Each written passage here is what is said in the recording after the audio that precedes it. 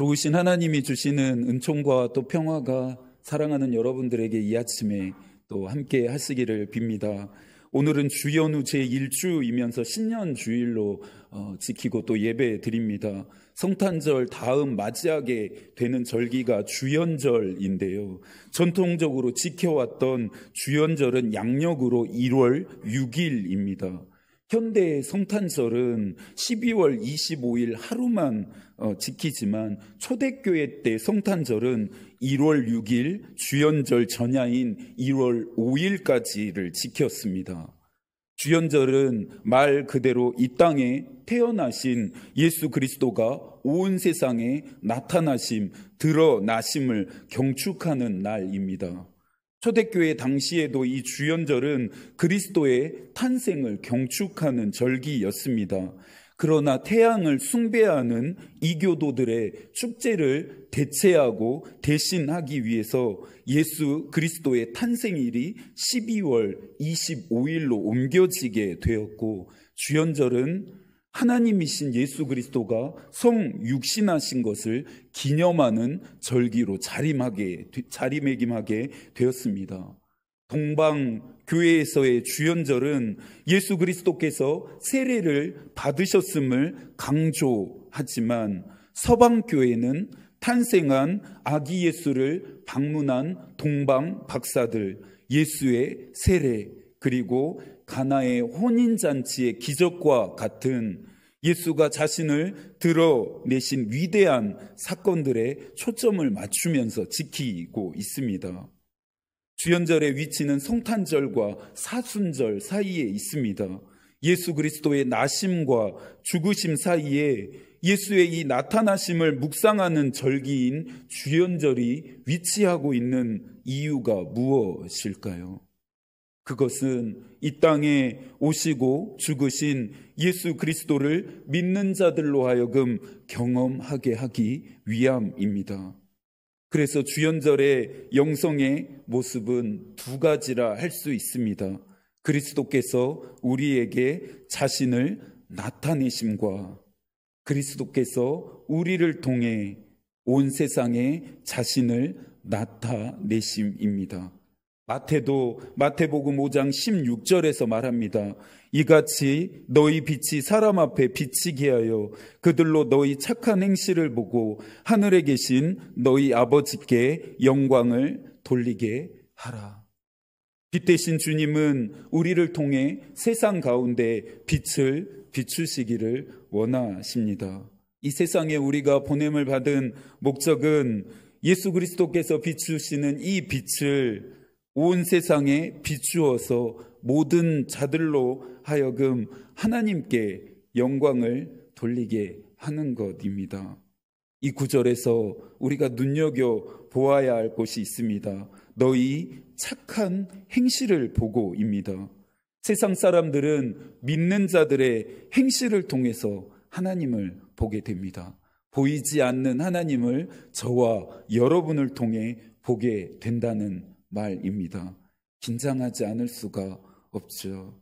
예수께서도 우리의 모습을 통해 세상 사람들이 너희가 예수 그리스도의 제자인 줄 알게 된다 말씀하십니다. 그러니 2024년 첫 번째 드려지는 이 주일 예배 아침에 우리는 이 한 해 올바른 삶과 또 올바른 믿음이 될 수 있기를 결단해야 합니다. 2024년 우리 교회의 표어는 하나님이 주시는 총을 세상에 골고루 나누는 입니다. 오늘 설교의 목표는 첫 번째로 우리가 받은 복이 무엇인지를 알고, 두 번째로는 이 복을 나눌 대상을 인지하게 되는 것입니다. 창세기 12장에서 하나님은 아브라함을 부르시면서 복이 되게 하겠다 약속합니다. 개역 성서에는 이 복을 복의 근원으로 번역했습니다. 근원이라고 하는 이 말은 피조물들과는 어울리지 않는 단어입니다. 하지만 복의 근원이신 하나님은 그 지위와 권한을 아브라함에게 주십니다. 이 땅에 하나님이 세우신 교회는 복의 근원입니다. 이 땅의 그리스도인들은 복의 근원이 됩니다.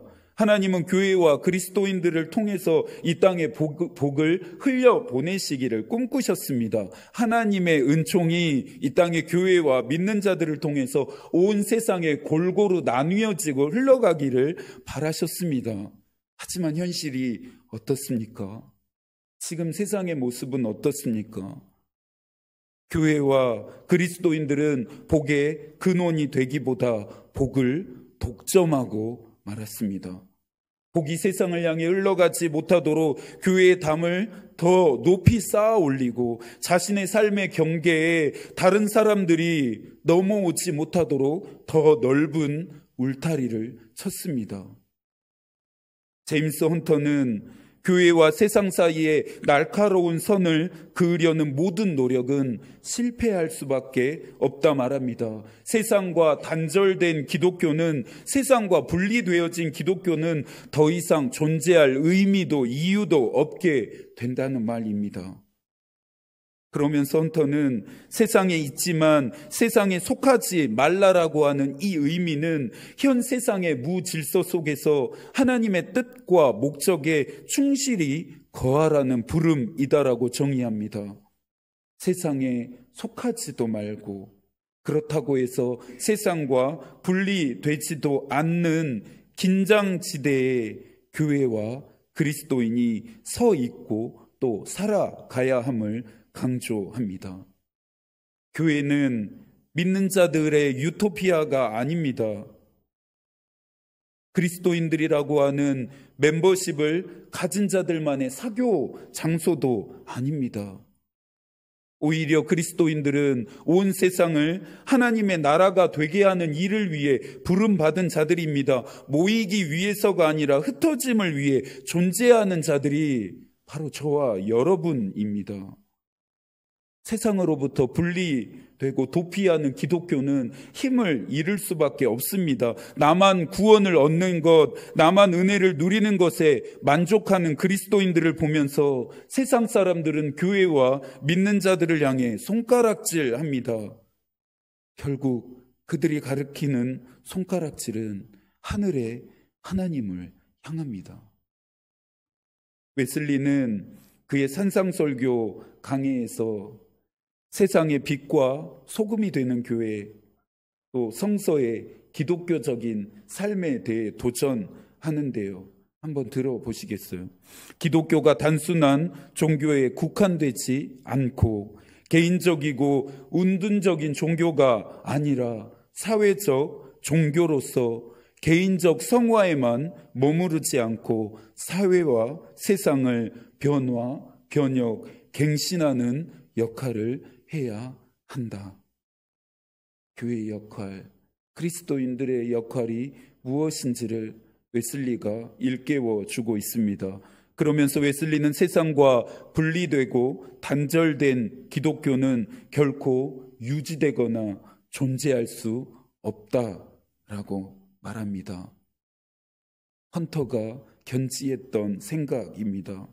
그래서 웨슬리는 메도디스트들에게 사랑의 계명을 선행을 통해 실현하라고 진지하게 요청합니다. 마태가 말했던 예수께서 가르치셨던 내용입니다. 이 요청에 우리 교회는 올 한 해 하나님이 주시는 종을 세상에 골고루 나누겠다라고 하는 결단과 헌신으로 응답하려고 합니다. 교회만의 형식적인 표어가 아닌 저와 여러분들의 삶의 목표와 목적과 방향이 될 수 있기를 기도하고 소망하고 있습니다. 우리 교회의 설립의 목적, 또 저와 여러분들이 이 세상에 보냄을 받은 하나님의 뜻을 따라 살아가게 되어지는 이 한 해가 되기를 꿈꾸고 있습니다. 기윤실에서 2008년부터 진행해오는 2023년 한국교회 신뢰도 조사 결과를 작년 2월에 발표했습니다. 전체적인 통계들을 살펴보면서 한국교회가 나아가야 할 길이 참 지난하고 멀게 느껴졌습니다.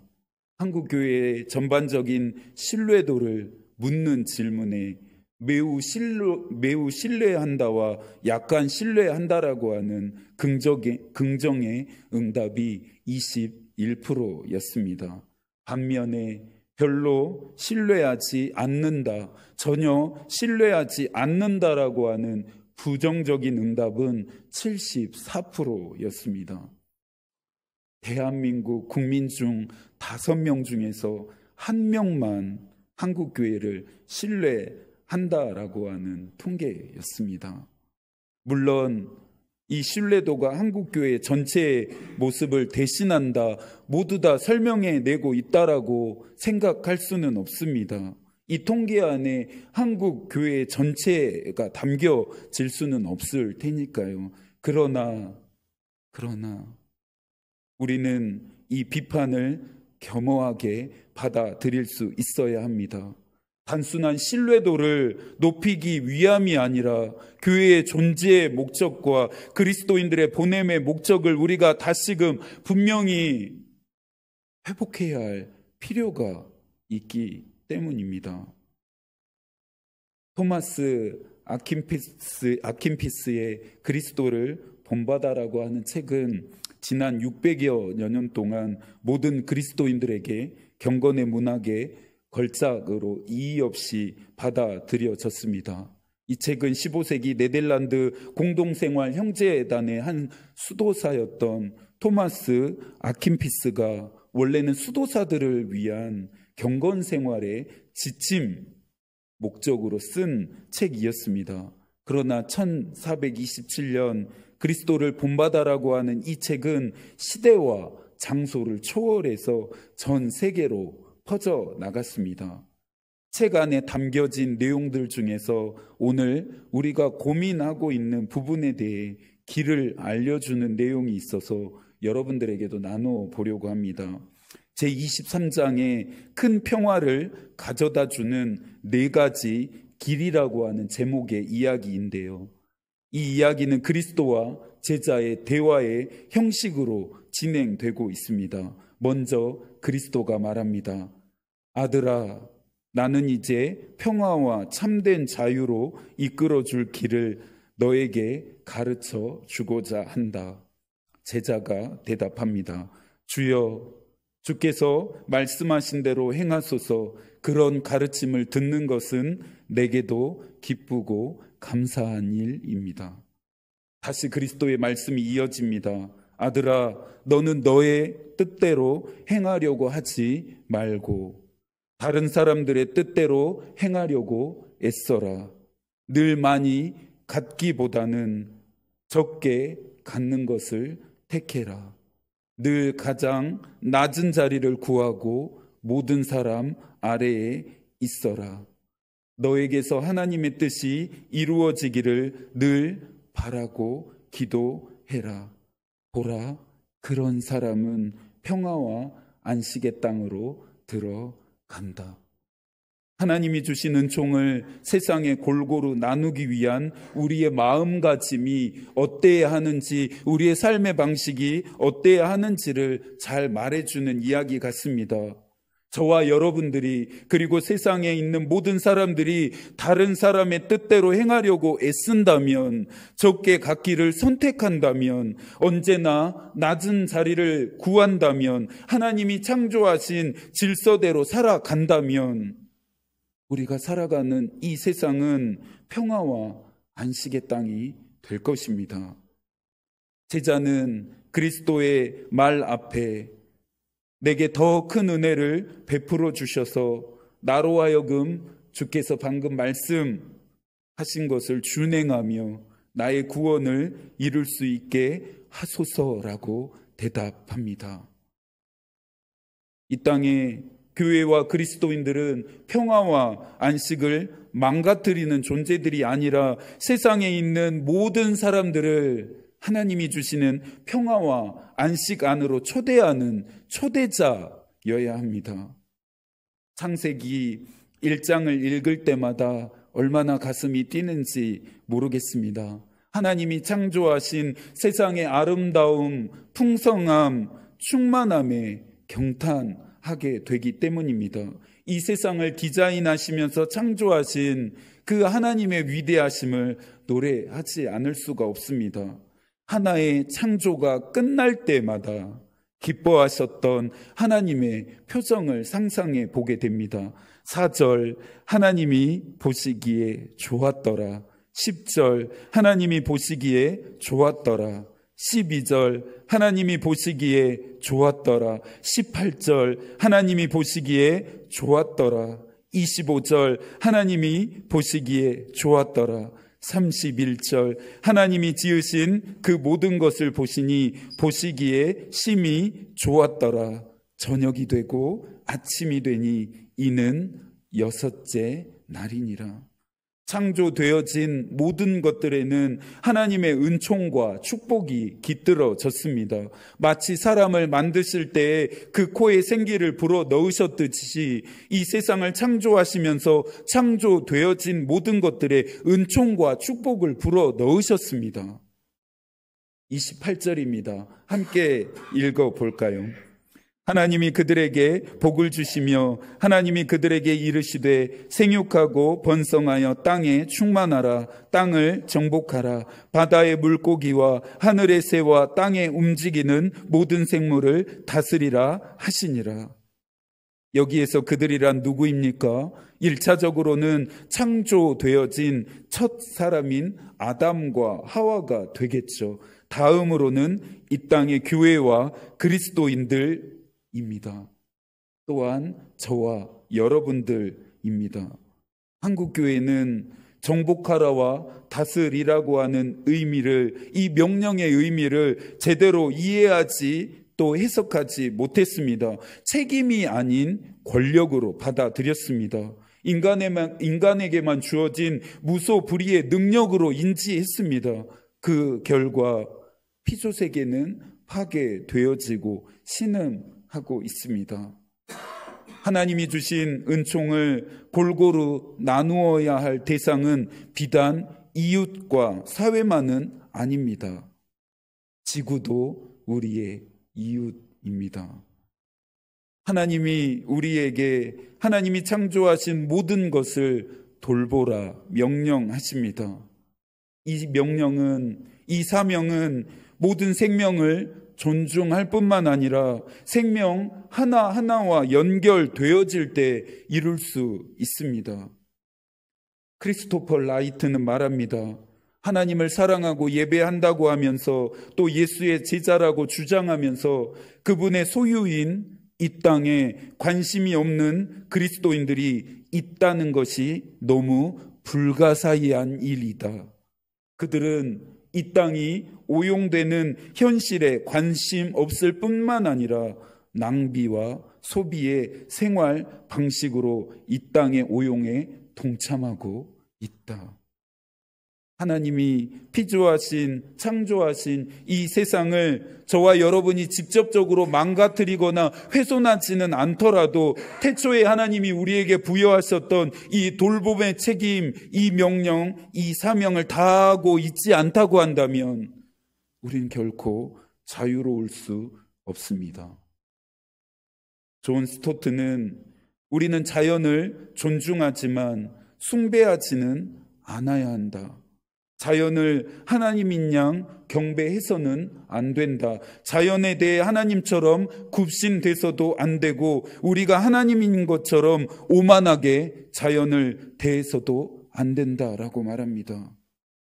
이 말은 피조세계와 우리가 교회가 올바른 관계를 설정해야 함을 의미합니다.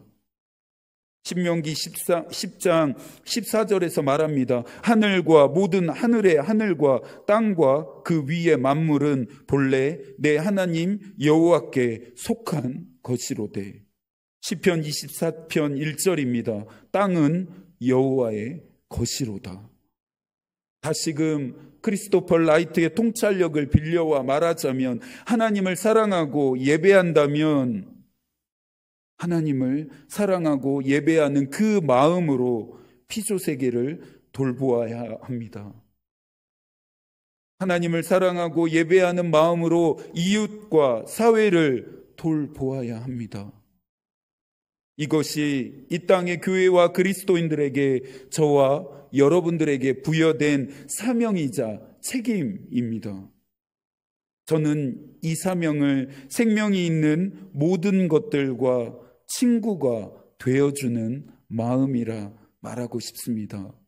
내가 살기 위해 서로를 죽고 죽이는 악마적인 관계가 아니라 서로가 서로를 살게 하고 살리는 아름다운 조화의 영성이 깃들어 있는 삶이라 말하고 싶습니다. 이번 한 해 저희 교회가 목표한 것 중에 하나는 선교지 후원입니다. 타문화권에서 복음을 전하는 그 일에, 그 현장에 우리의 마음과 기도를 보내려고 합니다. 선교 헌금이라고 하기에 무색할 만큼 너무나 적은 재정이지만 우리는 재정만 보낼 것이 아니라 열방을 위한 우리의 기도도 함께 보냅니다. 누군가는 나눌 게 어디 있냐고, 또 나눌 게 얼마나 있냐고라고 할 수 있겠지만 우리의 작은 헌신이 복음이 전해지는 그 현장에서 누군가를 살리는 일에 사용되어지기를 바랄 뿐입니다. 지난 수요일인가요? 서울에서 사역했던 교회에서 작년 안에 총 6교회에서 한 해를 결산하면서 남은 사업비를 그 교회 출신들, 교역자들이 개척한 교회에 선교 헌금으로 보내겠다라고 결정했다라고 하면서 우리 교회에도 보내시겠다라고 하는 연락이 왔습니다. 그리고 보내주셨습니다. 너무나 감사한 일이죠. 담임 목사님께 감사하다고 연락을 드리는데 올 한 해 매달마다 우리 교회에 선교 헌금을 보내기로 결정되었으니 그렇게 알라라고 말씀하셨습니다. 하나님의 나라의 일이라는 것이 참 신기합니다.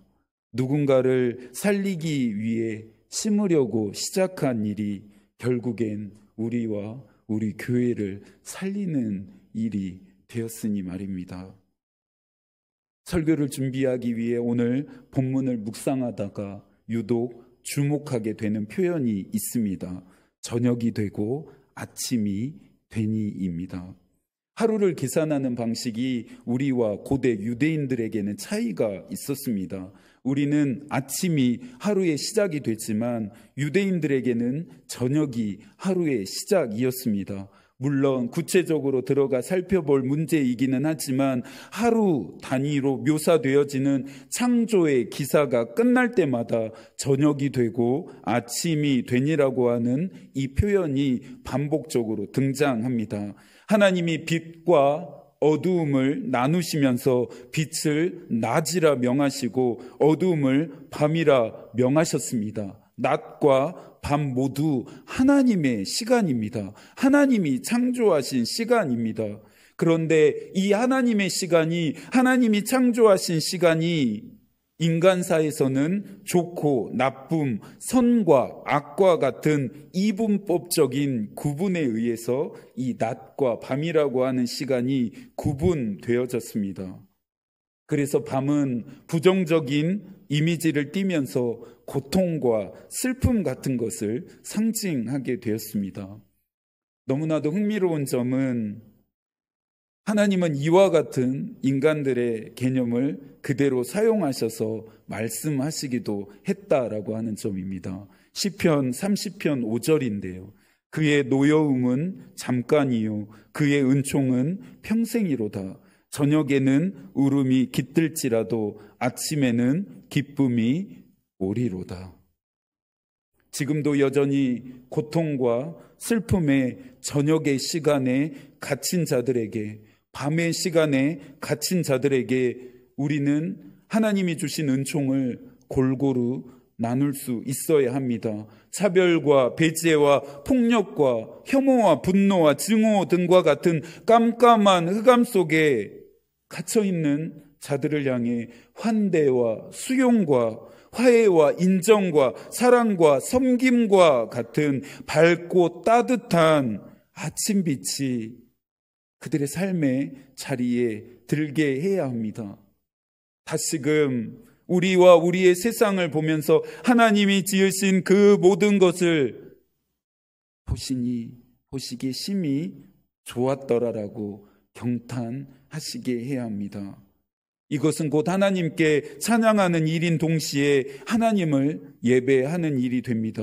이웃과 사회와 피조세계를 사랑으로 대하는 일에 하나님을 향한 우리의 사랑이 반영되고 또 투영되기 때문입니다.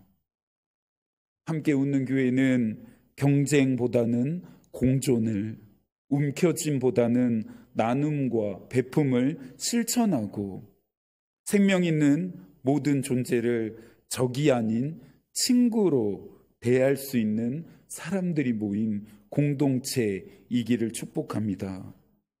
아브라함을 복의 근원으로 삼으셨던 것처럼 이 한 해 저와 여러분들을 복의 근원이 되게 하셔서 하나님이 주신 그 은총을 세상에 골고루 나누시는 그 역사가 있기를 소망합니다. 2024년 이 한 해에 하나님이 여러분과 함께 하시기를 기도하겠습니다. 하나님의 마음이 우리의 기도가 되고 하나님의 뜻이 우리의 길이 되기를 빕니다. 아멘.